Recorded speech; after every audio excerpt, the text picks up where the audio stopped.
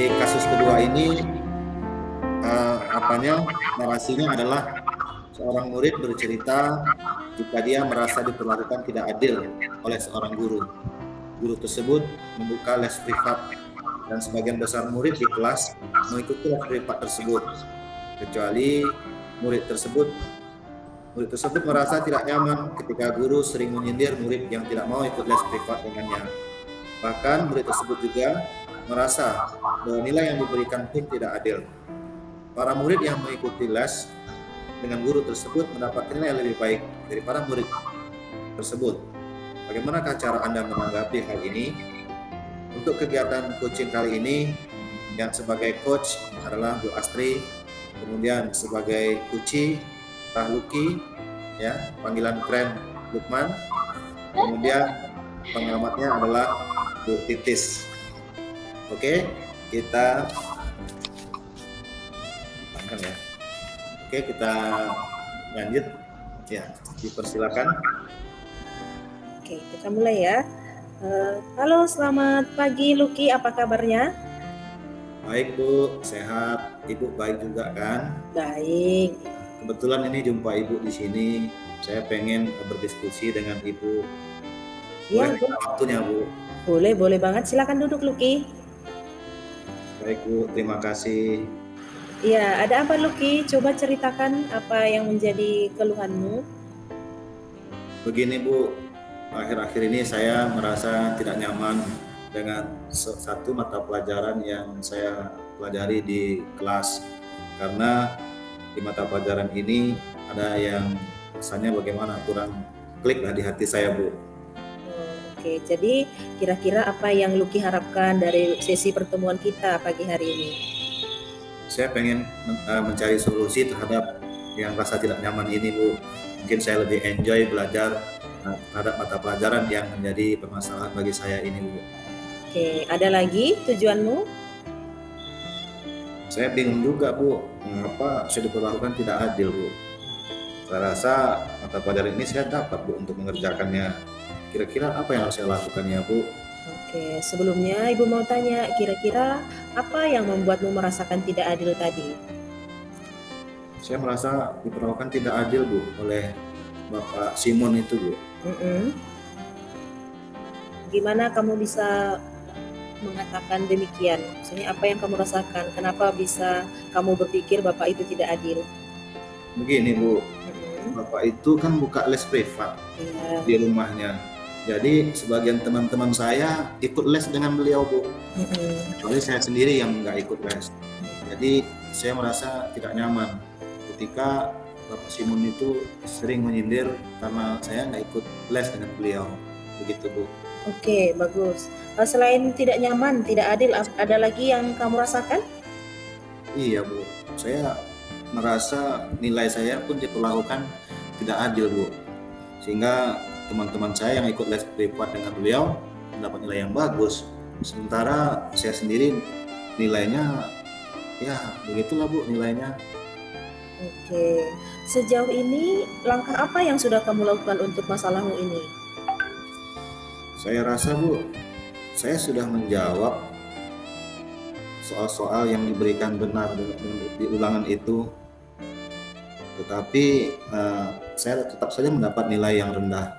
Selama ini juga saya sudah rajin belajar Bu, mengulang pembelajaran didapat di sekolah. Jadi saya menduga-duga saja Bu bahwa nilai yang saya dapat ini karena saya tidak mengikuti les dengan Bapak Simon tersebut. Oke, apakah kamu sudah pernah membicarakan ini ke Pak Simon itu? Belum sih Bu. Cuman sebelumnya mereka les privat guru ke Pak Simon, saya selalu merasa nilainya lebih tinggi. Namun setelah mereka les, saya tidak Bu. Nilai saya selalu lebih rendah aja dari mereka. Kemarin-kemarin itu pas ulangan kan sebelum mereka les biasa-biasa saja. Tapi begitu setelah les nilainya jauh di atas rata-rata Bu. Saya segitu-segitu aja gitu. Oke. Nah, kira-kira ada nggak kesempatan yang kamu miliki ya untuk bisa berdiskusi dengan Pak Simon dengan masalahmu ini? Saya tadi berdiri di depan ruangan guru, Bu. Saya berkeinginan menemui Pak Simon untuk mengkonfirmasikan dugaan-dugaan saya ini gitu. Terus apa tindakan yang kamu lakukan? Tapi saya merasa ragu, Bu. Saya takut apakah memang saya yang salah, saya takut dimarahi begitu, Bu. Itulah mengapa saya ragu-ragu menemui Bapak Simon. Apakah sebelumnya Pak Simon itu pernah marah kepada kamu? Nah, gurunya baik sih, Bu. Pada saat menjelaskan juga bagus. Cuman saya senang aja diajar oleh Bapak itu, Bu. Oke, kenapa tidak kamu coba saja dulu berbicara dengan Pak Simon untuk menyelesaikan masalah ini? Iya, Bu ya. Benar juga, Bu. Iya, Harusnya saya mencoba menemui beliau, Bu ya. benar. Apalagi Bapak itu kan selama ini tidak pernah marah kepada kamu kan? Saya ingin menyampaikan bahwa saya tidak ikut les. Kemudian saya akan bertanya apakah itu mempengaruhi nilai saya di kelas gara-gara saya nggak ikut les tersebut. Selain itu, saya juga pengen mengkonfirmasikan kenapa alasan saya nggak bisa ikut les dengan beliau gitu, Bu. Nah, itu sudah bagus sekali, Lucky. Ayo lakukan saja yang kamu pikirkan tadi. Itu sudah sangat bagus. Nah, kemudian kira-kira apa saja kekuatanmu untuk menyelesaikan permasalahan ini?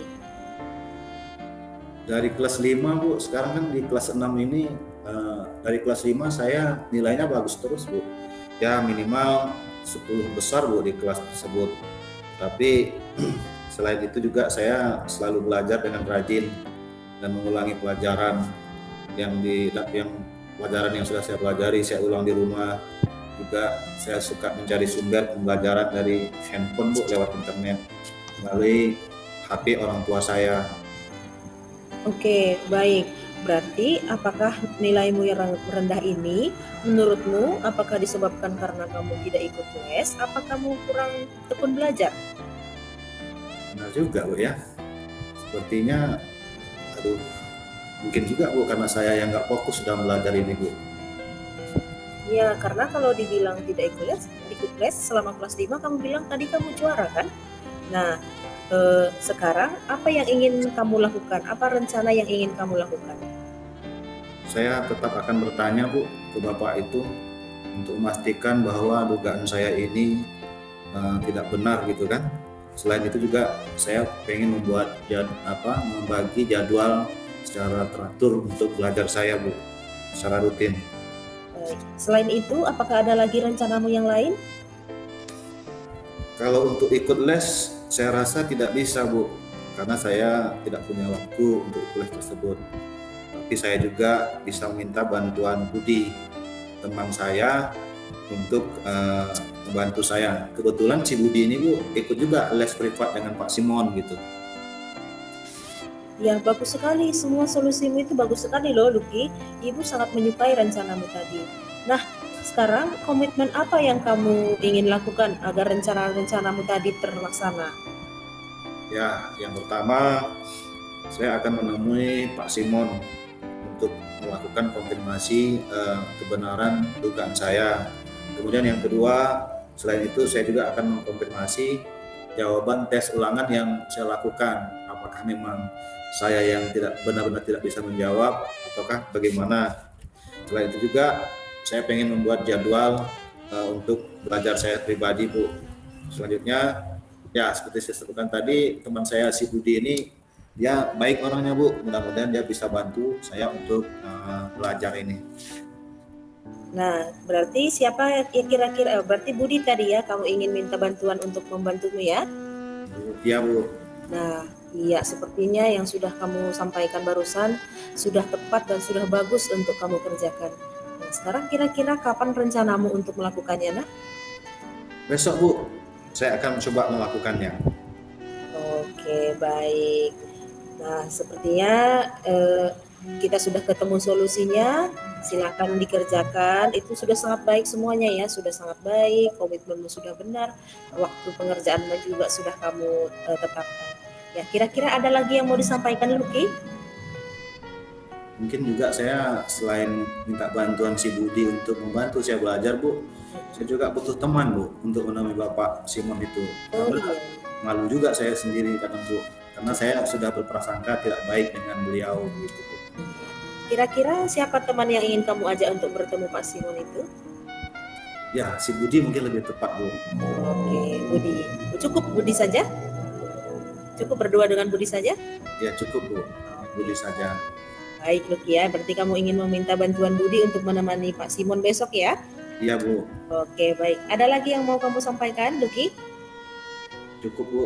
Terima Oke. kasih Bu Astri sudah meluangkan waktu untuk mendengarkan keluhan saya yang selama ini, Bu, terus terang mengganggu saya dan membuat saya tidak termotivasi dalam kegiatan belajar ini, Bu. Iya, sama-sama Luki. Ibu juga sangat senang karena solusi-solusi itu tadi semuanya lahir dari pemikiran dan potensi-potensi yang ada dalam dirimu.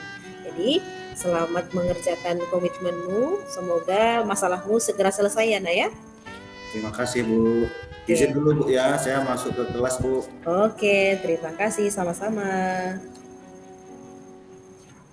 Yeay, keren.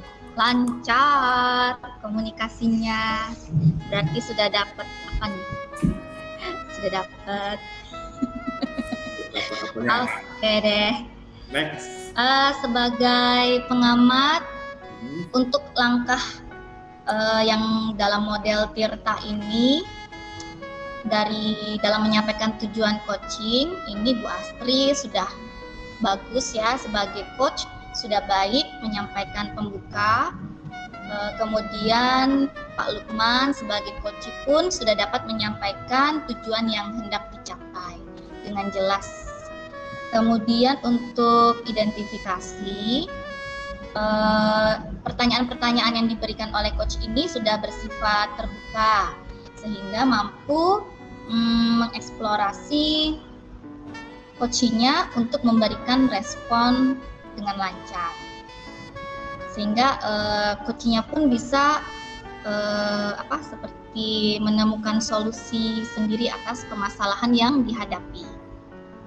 Dan tadi pun terlihat aktif coach dalam memberikan tanggapan ataupun umpan balik terhadap coachingnya. Kemudian untuk rencana aksi, di sini coach sudah mampu memberikan pertanyaan. Pengambilan keputusan secara mandiri oleh coach itu sudah didapatkan. Kemudian coach juga sudah membuat coach mengeksplorasi jawaban sehingga jawaban yang didapat itu lebih spesifik. Langsung dapat apa solusi yang didapat dari permasalahan yang terjadi. Untuk tanggung jawab, di sini Bu Astri sudah mengarahkan Pak Lukman untuk membangun komitmen dan Pak Lukman sendiri sudah dapat membuat komitmen secara mandiri dengan melakukan berbagai cara, tentunya yang berbasis pada model Tirta ini. Oke, tepuk salut untuk kelompok ini. Tepuk salut. Salut, salut. Salut, salut. Salut. Yes. Oke.